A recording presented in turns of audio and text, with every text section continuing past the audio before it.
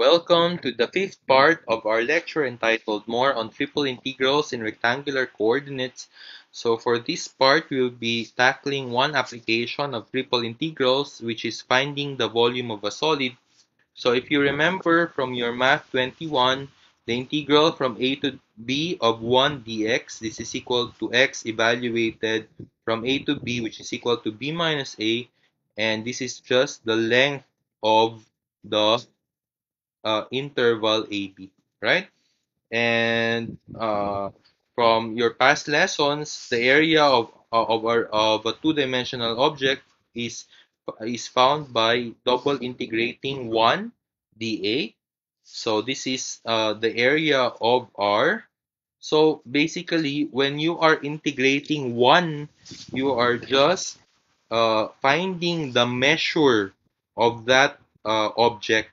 So because this is one-dimensional, the measure is length. Two-dimensional, the measure would be area. And it is expected that in three dimensions, you will be finding the volume. So here, to find the volume of a solid, you just triple integrate 1 dA, 1 dV, sorry, 1 dV. Okay, let's have an example. So example, find the volume of the solid bounded by the three coordinate planes and the plane z equals 1 minus x minus y. So to find the volume of this tetrahedron, we just triple integrate 1 dv. Okay, so the integrand is very simple. So what we need to do is to supply the limits of integration. So clearly this is a solid of type xy because there's a definite projection onto the xy plane, and all throughout the points on the xy plane we can well define the floor function, which is z equals 0, and the ceiling function, which is this plane here with the equation z equals 1 minus x minus y. So the floor and ceiling functions will be the limits of integration of the innermost integral with respect to z. That means 0 and 1 minus x minus y. And then for the region, you just have to draw the projection onto the xy plane. Treat this maybe as a type 1 region. So if you look at the vertical strip, what is the bottom function and the top function? The bottom function is clearly y equals 0, and the top function is clearly y equals 1 minus x. So that's why you have these limits of integration. X clearly ranges from 0 to 1, so you get that one. Okay?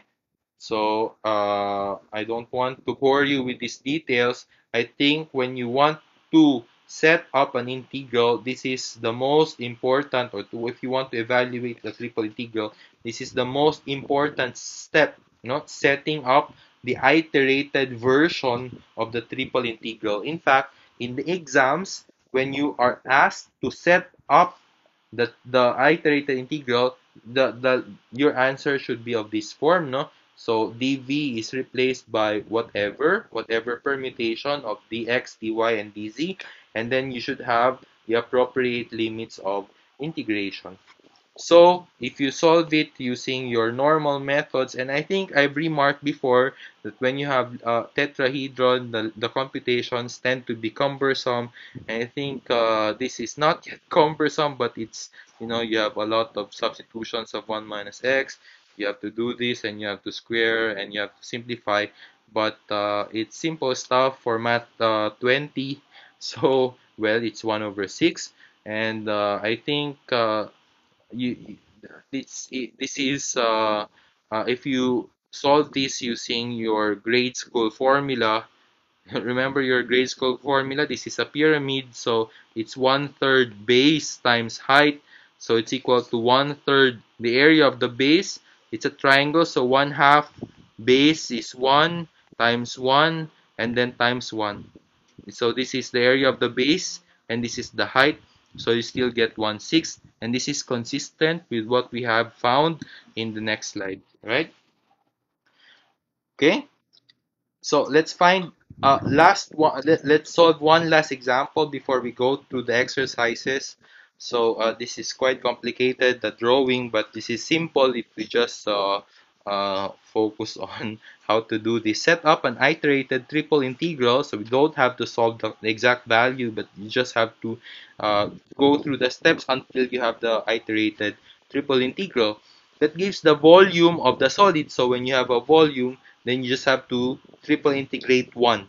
So volume of the solid bounded by the paraboloid z equals 4x squared plus y squared. So it's a paraboloid opening downwards, and the cylinder z equals 4 minus 3y squared. So this is a parabola on the yz plane. So it's a cylinder because you have a missing variable x. So that means that it's propagated along the x-axis. So we view it in the most natural way. The natural way is viewing it as a type XY solid. And so when you want to view something as a solid of type XY, what you first want to do is to determine the projection of the solid onto the XY plane. And that is usually done by looking at the intersection of the surfaces in question, and because you want an equation in terms of x and y, what you usually do is to eliminate z. Okay, so you want to eliminate z, and that's easy here because z is written as a function of both x and y, so you just have to equate this and this. Okay, so you have 4 minus 3y squared equals 4x squared plus y squared. And I think if you simplify everything, you get 4x squared plus 4y squared equals 4. And that is your unit circle, x squared plus y squared equals 1. So that is your projection onto the xy plane. This is the unit circle. So after getting the projection onto the xy plane, we find the limits of integration of the elevation variable z. So how do you do this? You get an arbitrary point on the projection. Is it clear that you have a definite ceiling and floor functions? And the answer is yes. So the ceiling function will be the parabolic cylinder, which has equation 4 minus 3y squared. And then the floor function will be the paraboloid, which has equation 4x squared plus y squared. So here, z is between 4x squared plus y squared and 4 minus 3y squared. And you should see these as the limits of the innermost integral with respect to z. Let's go to the next slide. So you see here that you get these limits of integration with respect to z. You are also integrating 1 because you're finding the volume. And then to find the limits of integration of this double integral, you treat this maybe as a region, type 1 region. So what is your bottom function? The bottom function is the negative of square root of 1 minus x squared. The top function is y equals the positive square root of 1 minus x squared. So you get these functions on the second integral, and x here ranges from minus 1 to 1. Okay, so you find this. Obviously, it's very hard to solve this because of the presence of square root of 1 minus x squared. But this becomes easy when you will be changing the systems. I mean the three-dimensional system. Like in 2 dimensions, you have rectangular system and polar system. We also have something like that, and this will be discussed in the next lectures. Okay, so the next part of the lecture will be looking at the exercises. So